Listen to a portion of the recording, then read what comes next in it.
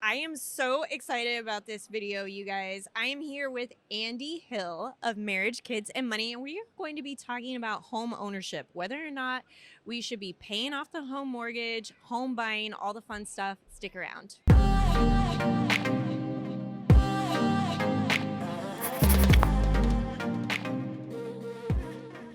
Hey, what's up, guys? It's Justine with Debt Free Millennials, the channel to help you crush your debt and live payment free. And I have my good friend, Andy Hill, Marriage, Kids, and Money. It's so good to see you. So good to see you, too. I love seeing you in person. We're very good online friends, but this is much better.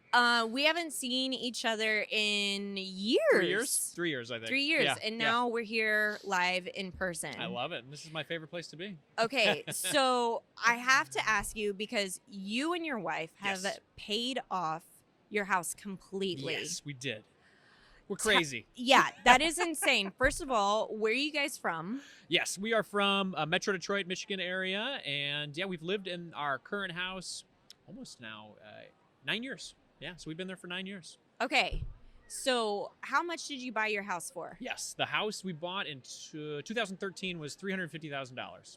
So at that time, we were very happy to get the house. It was like not necessarily, you know, in the dip of this Great Recession. It was sort of coming out, but it was a good deal for the time. So we were happy with that. And it's about, just for perspective's sake, it's about 2,700 square feet. It's a ranch style triplex. So we really like that. So it's all on one level. Love. And it's great for our family of 4. Awesome. Yeah. So how much money did you have down for this particular house? Yeah, we went kind of nuts on the down payment, Justine. So we put $150,000 down on a $350,000 house. Oh my gosh. 155, because it was a $195,000 mortgage. So. Wow. Yeah. And what was your interest rate? 3%. Okay, what am I doing with my life?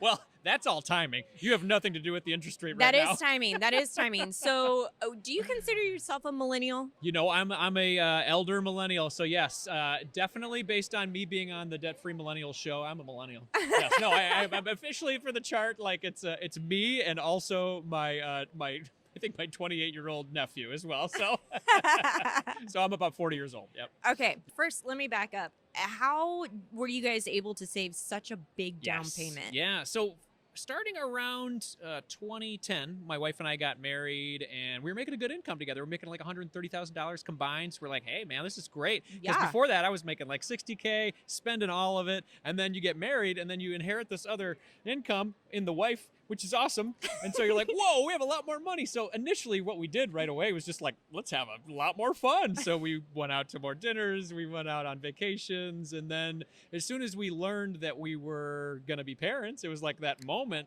clicked in my brain where I'm like, okay, we're not just living for today. We're not just living for us. We're literally bringing a human into the world. So maybe we should put our responsible pants on and do some good things. So at that point, we started scanning the landscape of our finances, and we said, oh, you know, we're making $130,000 a year. We must be rich. I used to watch the Susie Orman show. She had this this chat about net worth. She kept on saying net worth. I'm like, our net worth is probably huge. We make $130,000. So we ended up doing the net worth chart on the big whiteboard, and lo and behold, we found out our net worth was negative $50,000. So we were not rich. We just made good money, but we were spending all of it. So that was sort of a light bulb moment for us. We're going to be parents. We're not really paying attention to our money. What's the first thing we could tackle? So we started to tackle our debt, because that was an obvious thing that we could tackle right away. So for me, that was $30,000 of student loans that I took out for my MBA program, and some of which I actually bought my wife's engagement ring with it. So that was super embarrassing that she was helping me pay off the ring that she had on her finger. Oh, no. What? Oh, my God. Oh, yeah. You used part of your student loan debt money to... Oh, yeah. You can't do that, Andy. I know I can't, but I did. Don't worry, it's all paid off. Okay. So that was part of it. And then she had a $20,000 car loan. So combined, we had about $50,000 of debt. And that was the first thing that we ended up saying, okay, let's tackle this. We're making a lot of money. combined. Let's try to just live on before we were together, we were living on what we were making. Why don't we just try to do that again? So we tried to live on one of our incomes and use the other one to crush the debt and then start to do some crazy money goals, like save up for our first house. Okay, so you guys became debt-free first and then started saving for the down payment. Yeah. So at that point, we had that $50K of debt. We said, okay, let's do this. So we did it in about 12 months. We met every month for our budget party. So we'd sit down. I tried to convince her to say this would be really fun, and I called it a budget party. So I ordered pizza and brought some wine and beer. Okay. We'd sit down. His own version of beers and budgeting. There you go. Exactly. That's what Kyle and I do. Whatever you could do to bring the spouse in and make it a little bit more fun. Yes. Highly recommend it. And it worked. She met with me. I mean, she was very nice about the whole thing. She's like, yeah, I'll come to your budget party, pal. But we sat down, we talked about our goals. We said, okay, this is how long it's going to take us to get there.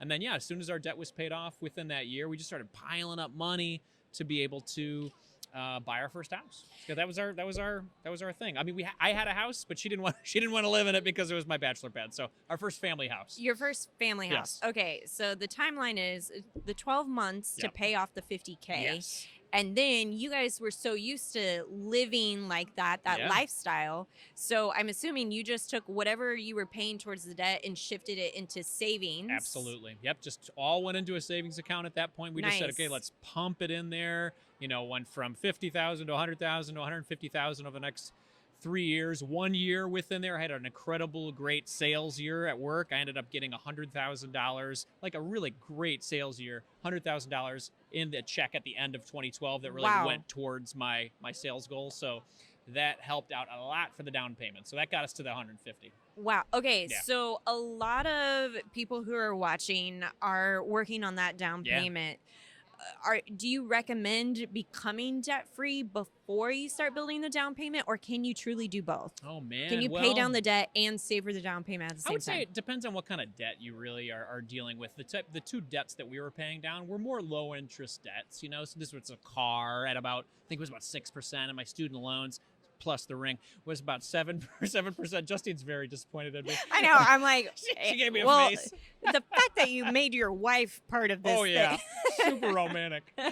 So those were lower interest debts. I would say if you're dealing with higher interest debts, like in the, high credit card, 18%, 19%, this is the stuff that we got to tackle as soon as possible, because that's just really stealing our wealth, whether that's wanting to be a homeowner or just trying to build wealth in general. So I would say if we had that higher interest credit card debt, that's something to definitely tackle first. Yeah. And then from there, I mean, it's really a decision on what's a priority for you. I mean, if home ownership is something you're going to have for a long period of time in your life, I don't think it's necessarily important for you to make sure every single debt you have is completely gone, because I know that's very difficult for a lot of people. I don't think it should be a one or the other. It's all based on your priorities. If the debt really bothers you and you don't want to have it in your life anymore, get rid of that. But if home ownership is super important to you, you want to build up a decent home down payment so that you can be a homeowner for the next 20, 30, 40, 50 years, the earlier you start buying in real estate, as we know with this market, the better off you'll be. So when you built up this down payment, you bought the house for $350. I mean, you essentially only have what, $200K? $200,000 left. Yep, at 3%. What prompted you to start really paying that off? Yeah, two things. So my first bout of home ownership was I did it the wrong way, in my opinion. So I bought a house 10% down, actually less than 10% down. And how old were you at this time? I was 22 years old. I had no clue what I was doing. I got in over my head. I thought the thing that you're supposed to do is buy a house right away, as soon as possible, because that's what we're all supposed to do, right?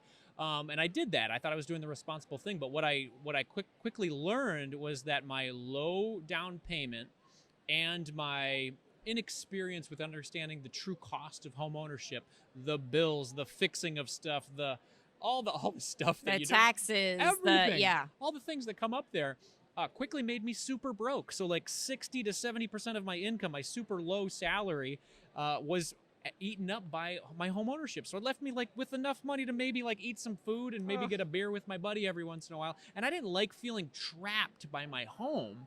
And so at that point, it was an emotional thing for me when my wife and I were shopping for our next home. I'm like, I don't want to do that ever again. For like 10 years, I felt really trapped. And also during that time period, I bought my first house for $200,000. During the Great Recession in Detroit, we got hit hard. And so that $200,000 house, while I still owed around $200,000 on it, was now valued at $100,000. So to feel trapped by your home and then have it be $100,000 underwater, that's an emotional experience that I never wanted to experience again. Okay. Yeah. So that was number one, the reason I wanted to become mortgage free. And then the second reason was I didn't really want to keep doing the job that I had. I had a job that was making me great money. No, nothing wrong with that, but it was high pressure.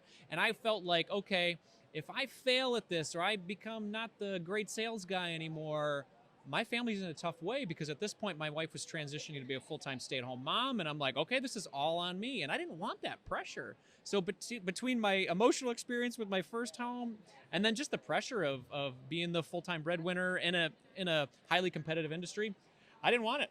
So I wanted to eliminate the bother of a mortgage, and we did.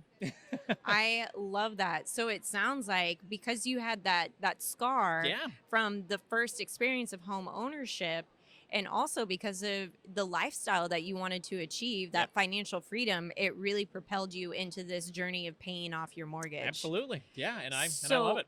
Oh my God. How long did this take you? So it took us, so we set a plan for 5 years. We bought the house and we said, okay, sweetheart, we'll get the bigger house with the bigger mortgage, and it makes my heart hurt a little bit, but if we could pay it off in 5 years, that would be great. So we both shook on it, and that's what we did. We met every month for our budget party, kept it going. Any new money that came into our lives, whether it's from bonuses or tax returns or selling stuff on Craigslist and eBay, would all go towards the mortgage. And so we did that over actually less than 4-year period, and then it was gone. So we paid it off between 2013 and end of 2017. It was all gone. Oh my goodness. That is insane. Yeah. Okay. I think we should have a couple of tips for the audience on how that they could do this. So if you could walk us through, like, when would be a good idea if we're thinking about paying off our home mortgage? What are some things like that would help you make that decision? Oh, absolutely. Well, I would say, some of the numbers we've been throwing around today, like we're talking about higher income, right? So I was very happy to have a higher income for a long period of time, and that helped us a lot.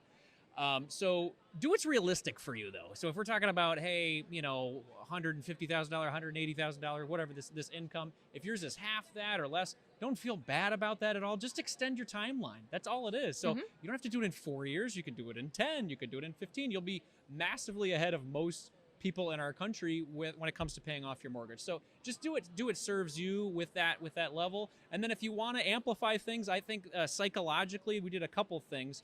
I got paid 26 times a year for my job. We pretended that we only got 24 paychecks. So every time that extra paycheck come in, two times a year, we just throw that all at the mortgage, and it would be this huge hit towards it. So it's these little psychological tricks you could do. And then if you have that mindset of, hey, during this time frame, we are paying off the mortgage. So any new money that would come into your lives, that's where it goes. Went to the mortgage. Just went to it, and eventually it's gone, and you never have to deal with it ever again. It's literally treating the mortgage payoff just like you would with your debt-free journey. Exactly. So, okay. Full focus. We were talking about this last night, where I said, okay, if I want to buy a home and I want to do the mortgage payoff, but maybe this isn't the home that I want to pay off. Yeah. Maybe I want to upgrade into the next home. Does it make sense to pay off that home? Yeah, if I were doing it again, I wouldn't. I would continue to pool up the money that you need for the next home, or at least have the amount that you would need to be able to make that next advantage. But also just enjoy the time that you're in that current home, to be like, okay, how much space do we actually need? Because it is so true that you buy more home, it just becomes more work for you. It really does, both financially and your energy and your time. These are resources that we don't have a lot of, right? Money's not infinite, time's not infinite, energy's not infinite. And that's what home ownership, if you go too big with it, it can really drag you down in all those areas. You talk to any homeowner that's been at a house for more than 3 years, you're like, oh wow, this is a lot more than I bargained for. Okay, so good to know. Just don't overbuy, because overbuying, I think, has too many ramifications for you. And yeah, if you got a great income and you can afford it, that's fantastic. But I don't know, maybe the cynical side of me is like, okay, is that income always going to be there? Are you always going to want to have that high pressure position where you have to continue to make the money you're making? And if you do, that's fantastic. But those are some questions you should maybe ask yourself before you make those big leaps. I love it. Love that you're here. Where can people find out more about you? Absolutely. Well, if you are watching this video on YouTube, I have a YouTube channel called Marriage, Kids, and Money. If you like podcasts, same thing, Marriage, Kids, and Money. And I love hanging out with Justine. We actually do some collaborations on videos all the time, so it's awesome to hang out with you. I am so glad you hopped over and decided to do this interview with me, give us your expertise. 4 years. Yeah. $350,000. Yeah, and paid off. property appreciation is even better because now it's a $550,000 house. So. Heyo. And his net worth just went up just like that. Be sure to give Andy a follow over at his YouTube channel, Marriage, Kids, and Money, and listen to his podcast too. Make sure you're following. I will leave links in the description box below for you to check out. Thank you so much, Andy, for being here. We'll catch you in the next episode.